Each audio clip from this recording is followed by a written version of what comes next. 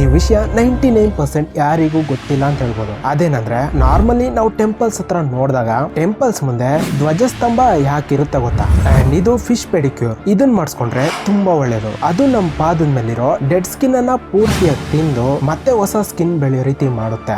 But ಹೀಗ್ ಮಾಡಿಸ್ಕೊಳ್ಳೋಕೆ ಮುಂಚೆ ಈ ಒಂದು ವಿಷಯ ತಿಳಿದಿರ್ಲೇಬೇಕು. ಅದೇನಂತ ಹೇಳ್ತೀನಿ. ವಿರಾಟ್ ಕೊಹ್ಲಿ ಒಂದು ಇನ್ಸ್ಟಾಗ್ರಾಮ್ ಪೋಸ್ಟ್ಗೆ ಎಷ್ಟು ಚಾರ್ಜ್ ಮಾಡ್ತಾರೋ ಗೊತ್ತಾ? ಇದ್ರ ಬಗ್ಗೆನೂ ಹೇಳ್ತೀನಿ. ಸೊ ವಿಡಿಯೋನೆಲ್ಲೂ ಸ್ಕಿಪ್ ಮಾಡಿದೆ ನೋಡಿ. ಈ ವಿಡಿಯೋ ನೋಡಾದ್ಮೇಲೆ ನೀವು ಹೇಳೋದೊಂದೇ.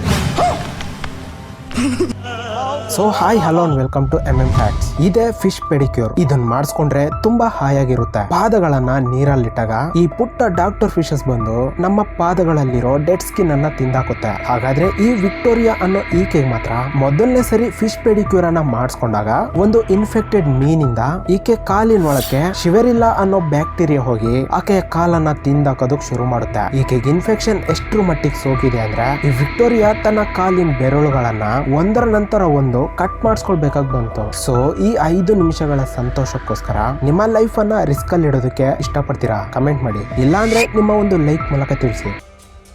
ಅಂಡ್ ಈ ವಿಷಯ 99% ಯಾರಿಗೂ ಗೊತ್ತಿಲ್ಲ ಅಂತ ಹೇಳ್ಬೋದು. ಟೆಂಪಲ್ಸ್ ಅಲ್ಲಿ ಧ್ವಜಸ್ತಂಭ ಇಡೋದಕ್ಕೆ ಒಂದು ಇಂಟ್ರೆಸ್ಟಿಂಗ್ ಮ್ಯಾಟರ್ ಇದೆ. ದ್ವಾಪರ ಯುಗದಲ್ಲಿ ಮಯೂರ ಧ್ವಜ ಅಂತ ಒಬ್ಬ ರಾಜ ಇದ್ದ. ಆತ ಶ್ರೀಕೃಷ್ಣನ ಪರಮ ಭಕ್ತನು. ಅಷ್ಟೇ ಅಲ್ಲ, ಯಾರ್ ಏನೇ ಕೇಳಿದ್ರು ಇಲ್ಲ ಅಂದೇ ದಾನ ಮಾಡ್ತಿದ್ದ. ಆದ್ರೆ ಆತನ ದಾನ ಗುಣವನ್ನ ಪರೀಕ್ಷಿಸ್ಬೇಕಂತ ಶ್ರೀಕೃಷ್ಣ ಅರ್ಜುನನನ್ನ ಕರೆದುಕೊಂಡು ಒಬ್ಬ ಬ್ರಾಹ್ಮಣ ವೇಷದಲ್ಲಿ ಆ ರಾಜನ ಹತ್ರಕ್ಕೆ ಹೋಗ್ತಾನೆ. ಹೋಗಿ ಈ ರಾಜನ ಹತ್ರ ಹೀಗಂತಾನೆ, ಮಹಾರಾಜ ನಿಮ್ಮನ್ನ ಭೇಟಿ ಮಾಡೋದಕ್ಕೆ ಬರ್ತಿದ್ರೆ ನಮ್ಮ ಮಗುವನ್ನ ಸಿಂಹ ಇಟ್ಕೊಂಡಿದೆ. ಅದು ನಿಮ್ಮ ಶರೀರದಲ್ಲಿ ಬಲಭಾಗವನ್ನ ಹಾಕಿದ್ರೆ ಆ ಸಿಂಹ ನಮ್ಮ ಮಗುವನ್ನ ಬಿಟ್ಟಾಕ್ತೀನಿ ಅಂತ ಹೇಳ್ತಿದೆ ಅಂತ ಹೇಳ್ತಾರೆ. ಅದಕ್ಕೆ ಮಯೂರ ಧ್ವಜನು ಅವ್ರು ಹೇಳಿದ ಮಾತಿಗೆ ಅಂಗೀಕರಿಸಿ ದಾನ ಕೊಡೋದಕ್ ಸಿದ್ಧ ಆಗ್ತಾನೆ. ಆಗ ತನ್ನ ಎಡಗಣ್ಣಿನಿಂದ ನೀರ್ ಬರ್ತಿರೋದನ್ನ ನೋಡಿದ ಅರ್ಜುನ ಅಳ್ತಾ ಕೊಡೋಂತ ಧರ್ಮ ತಮಗ್ ಬೇಡ ಅಂತ ಹೇಳ್ತಾನೆ. ಅದಕ್ಕೆ ಮಯೂರ ಧ್ವಜನು ತನ್ನ ಶರೀರದಲ್ಲಿ ಇನ್ನೂ ಅರ್ಧ ಭಾಗ ಯಾರಿಗೂ ಉಪಯೋಗ ಪಡೆದೇ ಹೋಗ್ತಿರೋದ್ರಿಂದ ತುಂಬಾ ಬಾಧೆ ಆಗ್ತಿದೆ. ಆದ್ರಿಂದನೇ ತನ್ನ ಎಡಗಣ್ಣಿನಿಂದ ನೀರ್ ಬರ್ತಿದೆ ಅಂತ ಹೇಳ್ತಾನೆ. ಅದನ್ನ ಕೇಳಿ ಶ್ರೀಕೃಷ್ಣನು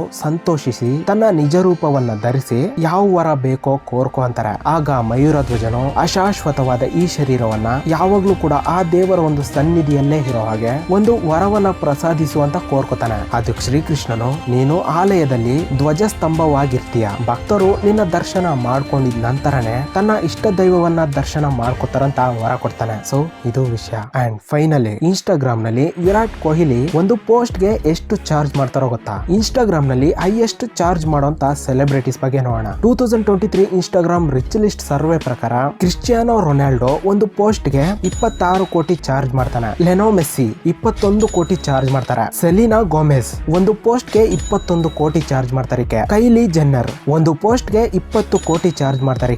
ದ ರಾಕ್ ಒಂದು ಪೋಸ್ಟ್ ಗೆ 19.2 ಕೋಟಿ ಚಾರ್ಜ್ ಮಾಡ್ತಾನೆ. ಹರಿಯಾನಾ ಗ್ರಾಂಡೆ ಒಂದು ಪೋಸ್ಟ್ ಗೆ 18.7 ಕೋಟಿ ಚಾರ್ಜ್ ಮಾಡ್ತಾರೆ. ಕಿಮ್ ಕರ್ದಾಶಿಯನ್ ಒಂದು ಪೋಸ್ಟ್ ಗೆ 18 ಕೋಟಿ ಚಾರ್ಜ್ ಮಾಡ್ತಾರೆ. ಬೇವನ್ಸ್ ನೋಲೆಸ್ ಒಂದು ಪೋಸ್ಟ್ ಗೆ 15.6 ಕೋಟಿ ಚಾರ್ಜ್ ಮಾಡ್ತಾರೆ. ಕ್ಲೋಯೆ ಕರ್ದಾಶಿಯನ್ ಒಂದು ಪೋಸ್ಟ್ ಗೆ 15.4 ಕೋಟಿ ಚಾರ್ಜ್ ಮಾಡ್ತಾರೆ. ಜಸ್ಟಿನ್ ಬಾಬರ್ ಒಂದು ಪೋಸ್ಟ್ ಗೆ 14.5 ಕೋಟಿಯನ್ನ ಚಾರ್ಜ್ ಮಾಡ್ತಾನೆ. And the run machine Virat Kohli ಒಂದು ಪೋಸ್ಟ್ ಗೆ 11.4 ಕೋಟಿ ಚಾರ್ಜ್ ಮಾಡ್ತಾನೆ. ಪ್ರಿಯಾಂಕಾ ಚೋಪ್ರಾ ಒಂದು ಪೋಸ್ಟ್ ಗೆ 4.4 ಕೋಟಿ ಚಾರ್ಜ್ ಮಾಡ್ತಾರೆ. So that's all for today. So ಈ ವಿಡಿಯೋ ಇನ್ಫಾರ್ಮೇಟಿವ್ ಆಗಿದ್ರೆ ಜಸ್ಟ್ ಒಂದು ಲೈಕ್ ಮಾಡಿ. And thank you for watching.